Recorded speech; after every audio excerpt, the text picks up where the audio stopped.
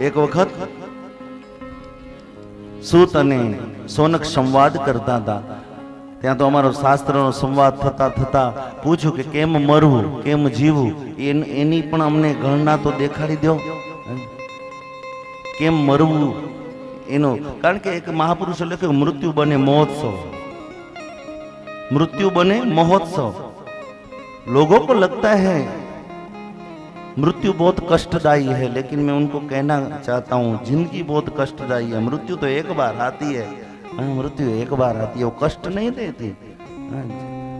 जीवन जीवा माटे दररोज मरવું પડે છે. મૃત્યુ માટે તો એક વારમાં ભડાકો, અને પછી તો કઈ ચિંતા જ નહીં, કોક કરી આવે બધું બધું પછી બીજાને કરવાનું.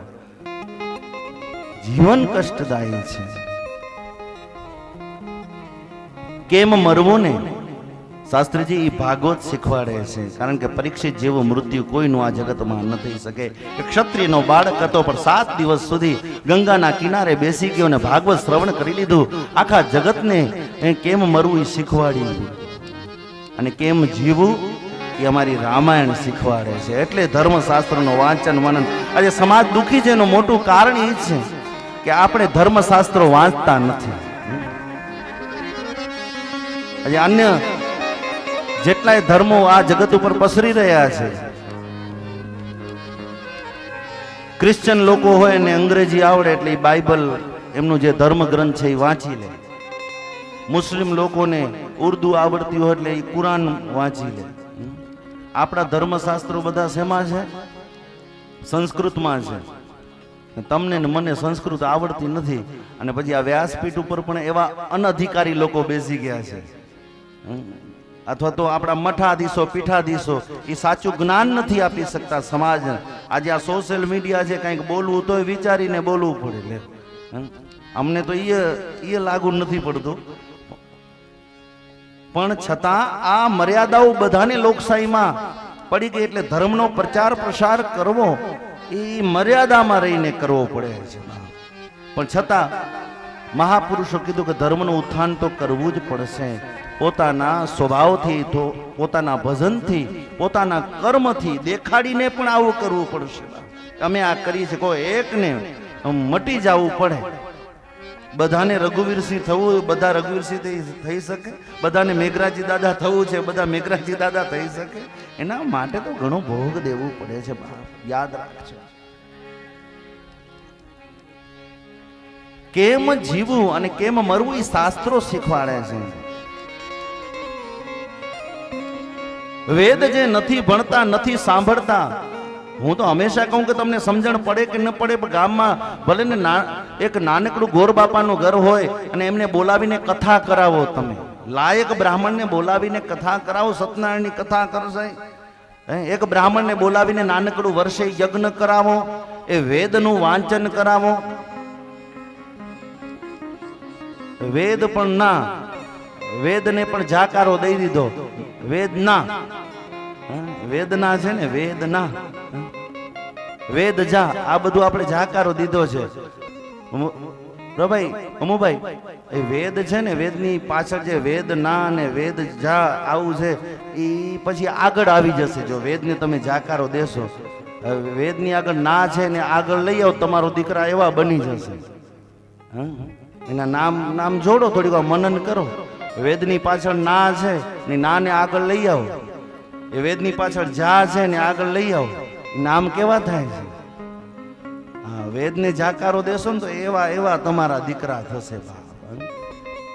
વેદને સ્વીકારો, ધર્મશાસ્ત્રનો સ્વીકારો. બહુ સમજદાર છો, સમજો મારી વાણી. વેદની આગળ ના લગાડી દો ને વેદની આગળ જા લગાડી દો, પછી તમારી સંતાનો એવી જ મળશે તમને, વેદ વગરની. મારા વાલાઓ, ઘણું કેવું છે. ભક્તિના ઠેકાણે, ભજનના ઠેકાણે બેઠા છીએ, પણ હડાહડ કલયુગ ચાલુ છે. એટલે અમારા શાસ્ત્રકારોએ કીધું છે, ઇહ ગોરે કલો પ્રાયો જીવશ્ચા સુરતામ ગતઃ દેશાક્રાંતસ્ય તસ્યૈવ શોધને કિમ પરાયણમ ચિંતામણિમ લોકે સુખમ સુરદ સર્વ સંપદમ ચિંતામણિર્લોકે સુખમ સુરગ સર્ગ સંપદમ પ્રયચ્છતિ ગુરુ પ્રીતો વૈકુંઠમ યોગી દુર્લભમ. જો ગુરુ કૃપા થાય ને તો વૈકુંઠના દર્શન થાય. એક વખત આ તમે જે શાસ્ત્રની સામે બેઠા છો એના પ્રમાણો બધા આપ્યા છે. ભાગવતની સામે બેસો, ભાગવત મોક્ષદાયીની કહેવાય. એ આંખો ખોલી દે તમારી આંખો. કૃષ્ણએ આ કૃષ્ણની વાતો છે. આપણે તો કહીએ કે છેલ્લું આપણે જ્યાં મૂક્યું હતું ને ત્યાંથી કલિયુગમાં શરૂઆત કરી દેવી. કૃષ્ણે સામ ડામ દંડ ભેદ બધું અપનાવ્યું છે. અને ત્રેતા યુગમાં રામ એક મર્યાદામાં રહી ગયા. સતયુગમાં લોકો સતયુગની જેમ રહેતા, ત્રેતાની જેમ ત્રેતામાં રહેતા. દ્વાપરમાં કૃષ્ણ આવ્યો. કૃષ્ણને એમ નહીં કહી શકી કે આપણે તમે રામની જેમ રહો, તમે ધર્મરાજની જેમ રહો. જે યુગ હોય એ યુગનો એક સ્વભાવ હોય, એનો પ્રભાવ હોય. એ સ્વભાવને પ્રભાવમાં એને રહેવું પડતું હોય છે. અને તમે ને હું ક્યાં સતયુગ કે દ્વાપરના છીએ, જે યુગમાં છીએ એવું જ એના પ્રમાણો જાણી લ્યો, એના લક્ષણો જાણી લ્યો. જો યુગ યુગમાં બધા એ એક જ સ્વભાવના હોત તો રામ અને કૃષ્ણને અલગ જન્મ લેવાની જરૂર ન પડે. બધા પોતાનો યુગ પ્રમાણે સ્વભાવ અને વાણી વર્તન વ્યવહાર લઈને આવી રહ્યા છે. કૃષ્ણે જ્યાંથી મૂક્યું હતું ત્યાંથી શરૂઆત કરવાની છે. છેલ્લું દ્વાપર યુગ હતું અને કૃષ્ણ કહી ગયા ટીટ ફોર ટેટ, જેવા સાથે તેવા, જેવા સાથે તેવા.